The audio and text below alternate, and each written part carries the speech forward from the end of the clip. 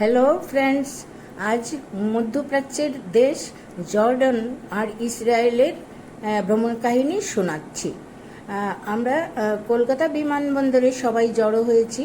সেখান থেকে আমরা যাব দিল্লি, দিল্লি থেকে বাহরিন মানে ইরান, তারপর আমরা পৌঁছাবো আম্মান। আম্মান আমরা পৌঁছে গেলাম এইভাবে। তারপর আম্মানে আমাদের হোটেলে আমরা দুজন, আমি আর কৃষ্ণাদি পরে আসছে, আমরা দুজন একটা রুম নিলাম। আর তারপর আমরা বেরোলাম জেরাস ভ্রমণে। জেরাস মানে এখানকার ওল্ডেস্ট সিটি, পৃথিবীর ওল্ডেস্ট সিটি এটা জেরাসে এনসিয়েন্ট রুইন্স যা দেখে শেষ করা যায় না, এতটা সময় লাগে, এতটা জায়গা নিয়ে জায়গা জুড়ে তাদের সেই ইতিহাস রয়েছে। আমরা ডেজার্ট সাফারিতেও গিয়েছি, সেটা পরে দেখাচ্ছি। এটা হচ্ছে সেখানকার বেদুইন ভিলেজের ডেজার্ট। তো সেই ডেজার্ট সাফারিতেও আমরা যাচ্ছি। এবার আমরা এখানে জর্ডানের, এই তো আমরা বেদুইন ভিলেজে চলে এসেছি।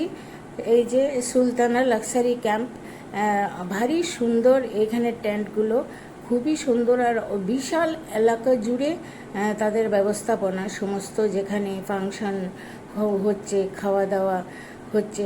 তারপর সেখান থেকে আমরা বেরোলাম রেড সিতে। আর পেট্রা হচ্ছে পৃথিবীর পৃথিবীর বিস্ময়, মহাবিস্ময় যাকে বলে, সপ্তম আশ্চর্যের এক আশ্চর্য পেট্রা। এই পেট্রার নামই শুধু শুনেছি আর ছবি দেখেছিলাম। কি ব্যাপার, কি বিষয়, এখানকার স্থাপত্য কি, কেন, কিভাবে, সব কিছু এখানে আসার পরে জানতে পারলাম। এই যে সমস্ত পাথুরে পাহাড় জুড়ে কারুকার্য, এরা যারা থাকতো কোনো কালে হাজার হাজার বছর আগে যারা থাকতো, তারা এই সমস্ত করেছিল। তারা থাকতো ওই কেবের ভিতরেই থাকতো, কিন্তু পাথুরে পাহাড় এত বড় হয়, আর তার মাঝখান দিয়ে এই বিশাল রাস্তা, 3টে গাড়ি চলে যেতে পারবে, অথচ কোনো গাড়ি এদিক দিয়ে আসে না, কোনো নিয়ম নেই। এই রাস্তা যে কোথায় গিয়ে শেষ হয়েছে জানি না। আমরা 2-3 কিলোমিটার অবধি হেঁটেছি। হেঁটে যত যাওয়া যায় আমরা তো সবাই গেছি, যে যত দূর পারি। তারপরে আমরা ব্যাক করেছি, কারণ ওই অতটা গেলে আর ফিরে আসা মুশকিল হয়ে যাবে। এই সমস্ত কারুকার্য দেখে মানে বিস্ময়ে একেবারে অবাক হয়ে বসে রয়েছে। ওখানে কতক্ষণ খালি থাকছে, এগুলো কী করে পাথর কেটে ওরা কী করে থাকতো জানে না। একেবারে দুটোই পাথুরে, দুপাশেই পাথুরে পাহাড়, আর এই সামান্য ফাঁকা দেখা যাচ্ছে, ওটা অনেক বড়। এটা হচ্ছে ডেড সি, এখানে ইচ্ছে করলেও ডোবা যায় না। এটা জর্ডানেই আছে। আর আমরা পেট্রার সৌন্দর্য দেখতে দেখতে শেষ পর্যন্ত আমরা আর ওখানে থাকতে পারিনি, কারণ ফেরত আসতে তো হবে, যার জন্যে সবাই মিলে আবার চলে এলাম বেরিয়ে।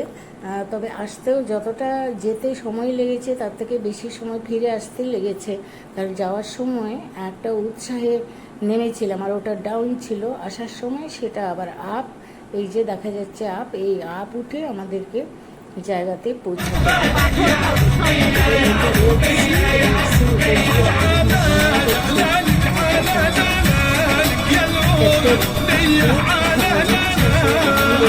মতোয়ারা একেবারে সে উৎফুল্লিত হয়ে গান করছে, বাজাচ্ছে। তারপর আমরা এলাম এই রেড সির কাছেই আমরা তখন বেড়াচ্ছি। এরপরে এইটা শেষ করে আমরা তো আবার ক্যাম্পে ফিরে যাব। ক্যাম্প থেকে কাল আমরা আমরা ডেজার্টে এসেছি। এবার ডেজার্ট সাফারিতে গাড়িতে উঠেছি, সেই জিপে করে। এইটা পুরোটাই ডেজার্ট যা আছে, আমরা প্রচুর এনজয় করেছি এখানে। তারপর এই যে এক শেখের সাথে ছবি, এটা পেট্রার ছবি। আমরা ডেজার্ট সাফারি করার পরে চলে যাব ইসরায়েল। কাল সকালে আমরা ইসরায়েল চলে যাব।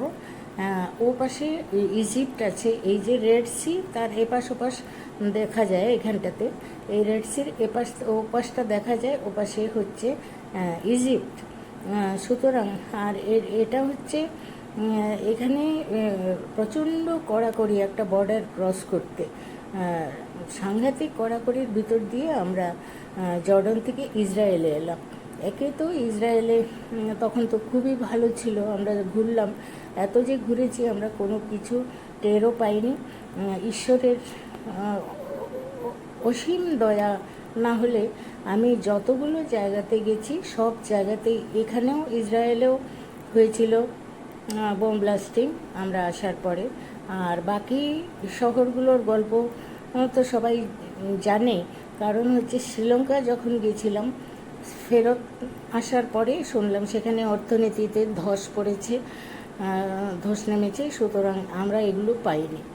আইসল্যান্ড থেকে ফেরার পরে শুনলাম 4 দিন পরে সেখানে ভলকানো এরাপশন হয়েছে। এই সমস্ত অনেক কিছু অনেক জায়গাতেই হয়েছে। টার্কি যাওয়ার আগে সেখানে সে বিধ্বংসী ভূমিকম্প হলো, এইগুলো কোনো কিছুই আমাদেরকে টাচ করেনি।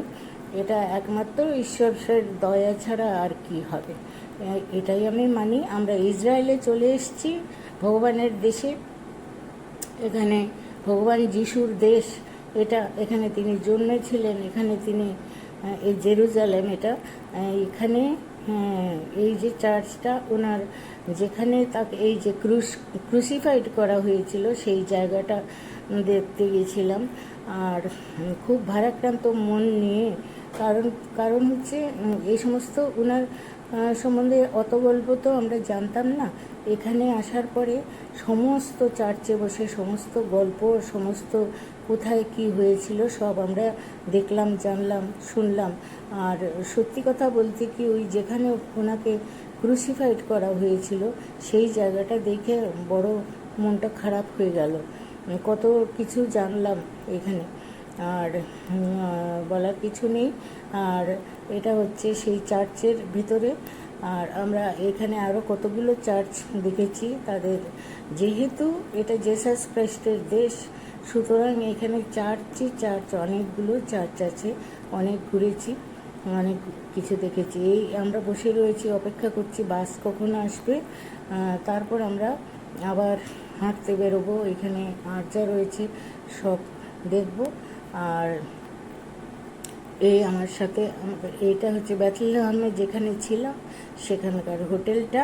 আর সেখানে আরেক দেশের এক ম্যাডামের সঙ্গে বন্ধুত্ব হলো। এটা ইসরায়েলে যখন ঘুরছি, লাস্টে আমরা কুয়ালালামপুর এসে আমরা আবার দেশে ফিরে চলে এলাম।